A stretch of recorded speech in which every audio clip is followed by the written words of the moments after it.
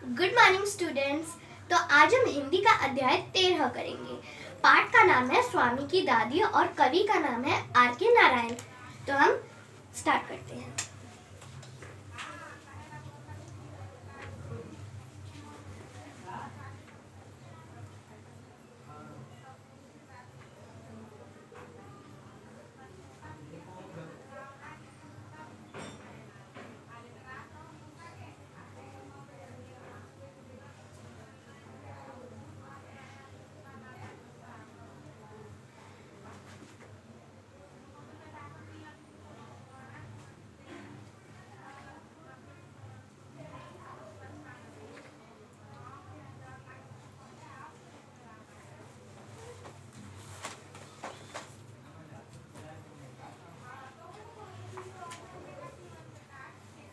तो ये कवि का नाम आर.के. नारायण। तो पहले हम अपनी कविता के बारे में कुछ जान लेते हैं कि उसमें क्या क्या हुआ था और कौन कौन थे। तो उस कविता में एक दादी और एक बच्चा स्वामी और उसके कुछ दोस्त थे जिसका नाम था राजम। तो जो दादी थी, स्वामी की जो दादी थी, वो बैठक और रसोई घर के बीच में बैठी थी और उनके पास ज़्यादा कुछ सामान नहीं था। थोड़े बहुत सामान था, लाइक 5 चादर, 3 तकिए और 2 बोरे थे उनके पास। और तभी स्वामी उनके पास आता है और बैठता है और बोलता है, दादी क्या आपको पता है मेरा जो दोस्त है राजम, उसके पास असली की पुलिस की वर्दी है।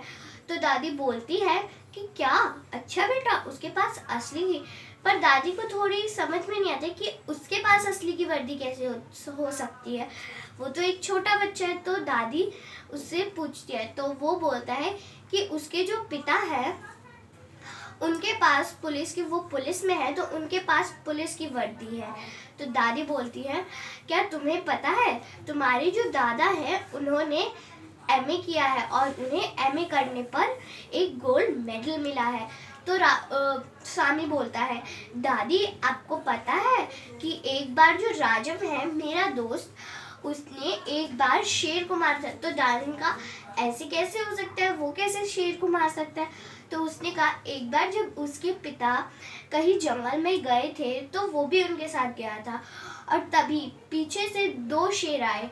एक शेर ने उसके पिता को गिरा दिया और जो दूसरा शेर था वो राजम के पीछे दौड़ने लगा। राजम झाड़ियों में जाके छुप गया और फिर पीछे से शेर को गोली मार दिया और शेर मर गया। तो दादी, क्या ऐसा किया तुम्हारे दोस्त ने राजम ने, वो तो बड़ा ही बहादुर लड़का है। तो स्वामी ने बोला, हाँ दादी उसने ऐसा ही किया था।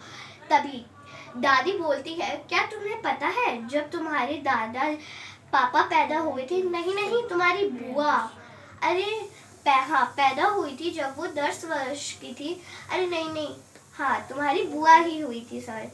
तो उनकी बुआ, जब तुम्हारी बुआ हुई थी तभी उन्होंने, जब वो पैदा हुई थी तभी उन्होंने तुम्हारे पिता के जो गोल्ड मेडल था जो उन्हें एमए करने पर मिला था, उसे उन्होंने तोड़वाकर 4 चूड़ियां बनवा ली, जो वो बहुत मामूली सी थी। तो फिर राजम उनकी ये बातें सुनता है, बड़े ध्यान से सुनता है। तभी राजम बोलता है, क्या दादी, दादाजी को भी क्या कभी एमए करने पर मेडल मिला था। तो दादी कहती है, हाँ दादाजी को भी बहुत मिला था और बहुत सारे ऑफिसर्स और पुलिस उनसे बहुत डरते थे क्योंकि वो पुलिस में थे। और तभी दादी ने उससे कहा कि अब तुम अपने दोस्त के बारे में कुछ और मुझे बता सकती हो कि उसने शेर को मार के क्या किया। तो स्वामी ने कहा, हाँ दादी ज़रूर, मैं क्यों नहीं बताऊंगा आपको। तो तभी स्वामी जो था उन्होंने दादी को अपने दोस्त के बारे में कुछ बातें बताई। तभी दादी उसके दोस्त की बातें सुन के सोने लगी। तो स्वामी को बहुत गुस्सा आया कि दादी आप सो के रहे। तो स्वामी ने दादी को जगाया, बोला, दादी आप मेरी बात क्यों नहीं सुन रही। और बहुत गुस्से में कहा कि दादी आप मेरी बात क्यों नहीं सुन रही, मैं आपको बता रहा हूँ इतनी अच्छी बात और आप सुन नहीं रहे। तो दादी कहा, नहीं बेटा मैं सुन रही हूँ। और जबकि जो स्वामी था वो दादी को अपनी बात सुनने के लिए उठाता था और खुद दादी की बात नहीं सुनता था। तो ये थी कहानी। तो मैंने आपको कवि का नाम तो बता दिया था, आर के नारायण। तो अब हम इसके थोड़े से प्रश्न उत्तर कर लेते हैं। तो हम प्रश्न उत्तर कर लेते हैं थोड़े से इसके।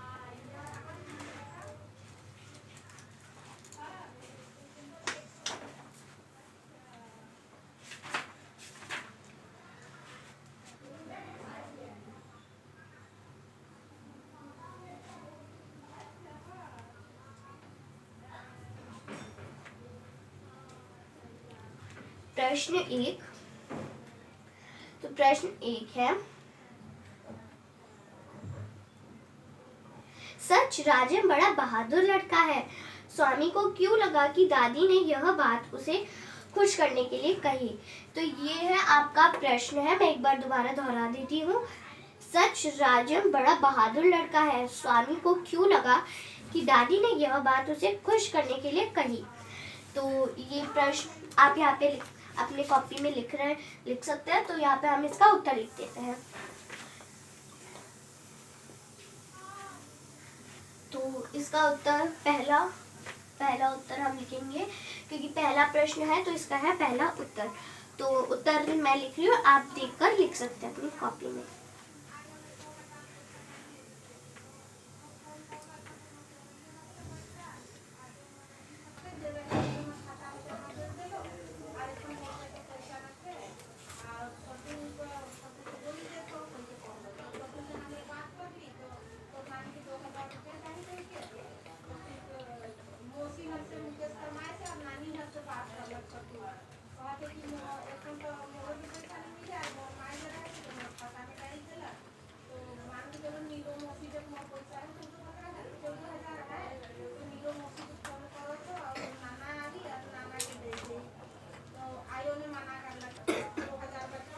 तो जो हमारा प्रश्न था, सच राजन बड़ा बहादुर लड़का है। स्वामी को क्यों लगा कि दादी ने यह बात उसे खुश करने के लिए कही? तो इसका जो मैंने प्रश्न आपको बता दिया है। अब इसका उत्तर है, दादी ने यह बात स्वामी को खुश करने के लिए कही थी। उसे ऐसा इसलिए लगा क्योंकि जो दादी थी वह राजन को अच्छी तरह नहीं जानती थी। मैं एक बार उत्तर जो मैंने बताया था अभी आपको एक बार दोबारा दोहरा देती हूँ। दादी ने यह बात स्वामी को खुश करने के लिए कही थी। उसे ऐसा इसलिए लगा क्योंकि दादी राजन को अच्छी तरह नहीं जानती थी। तो ये हमारा हो गया है पहला प्रश्न और उत्तर। तो अब हम आते हैं हमारे दूसरे प्रश्न की तरफ। तो हम लिख देंगे यहाँ पर अपना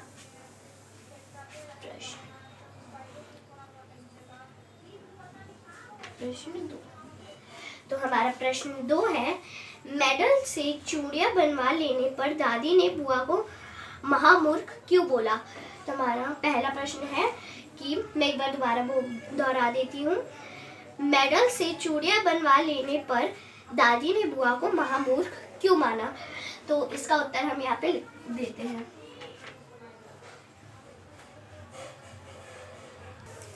तो अभी जैसे कि मैंने आपको स्टोरी में बताया था कि जो स्वामी की जो बुआ थी उन्होंने उसके दादाजी के मेडल जो बेचकर चूड़ियां बनवाई थी। तो ये वही प्रश्न इसमें आ गया है। तो इस और मैं आपको एक बात बता कि जब भी आप उत्तर लिखे तो उत्तर का ये भी लिख दीजिए, क्या वो पहला उत्तर है या दूसरा।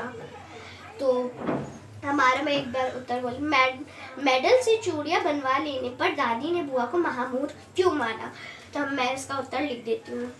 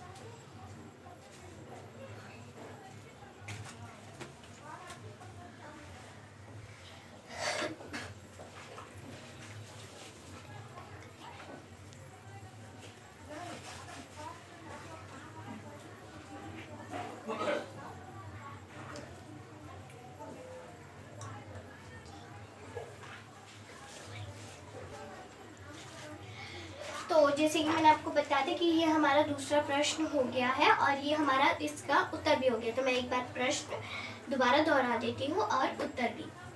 तो हमारा प्रश्न दूसरा है, मेडल से चूड़ियाँ बनवा लेने पर दादी ने बुआ को महामूर्ख क्यों माना? तो इसका उत्तर यहाँ पे लिखा है, मैं एक बार बता देती हूँ। मेडल से चूड़ियाँ बनवा लेने पर दादी ने बुआ को महामूर्ख इसलिए माना क्योंकि स्वामी के दादाजी को वह मेडल एमए करने पर मिला था और वह उनकी सफलता की आखिरी निशानी थी। बुआ ने उसे तोड़वाकर चूड़ियाँ बनवा ली। तो यह उत्तर है, आप यहाँ पे देख सकते हैं। तो अब हम आते हैं अपने तीसरे और आखिरी प्रश्न की तरफ। तो हमारा तीसरा प्रश्न है, पाठ के आधार पर दादी या स्वामी के स्वभाव, आदतों, आदि के बारे में तुम्हें क्या पता चलता है? किसी एक के बारे में 10 बार वाक्यों में लिखो। तो ये अगर आप चाहो तो ये आप अपने आप कर सकते हो, पर फिर भी मैं एक बार अपनी तरफ से बता देती हूँ, या फिर आप ये खुद भी कर सकते हो। तो मैं एक बार बता देती हूँ आपको, क्या कर सकते हैं।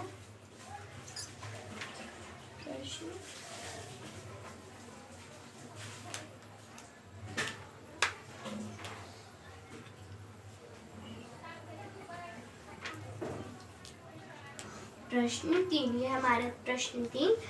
तो इसका उत्तर मैं आपको बोल के बता देती हूँ, क्योंकि आपका अगर मन करे तो आप अपने आप से भी लिख सकते हो।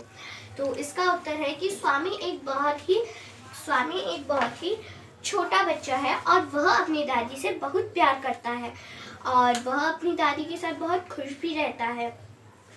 और वो अपनी दादी के बारे में, अपने दोस्त राजम के बारे में अपनी दादी को बहुत सारी बातें बताता है, बड़ा चिढ़ाकर बहुत सारी बातें बताता है। और जब दादी उसकी बात ध्यान से नहीं सुनती तो उसे गुस्सा भी आता है और वह अपनी दादी को बात सुनने के लिए भी कहता है।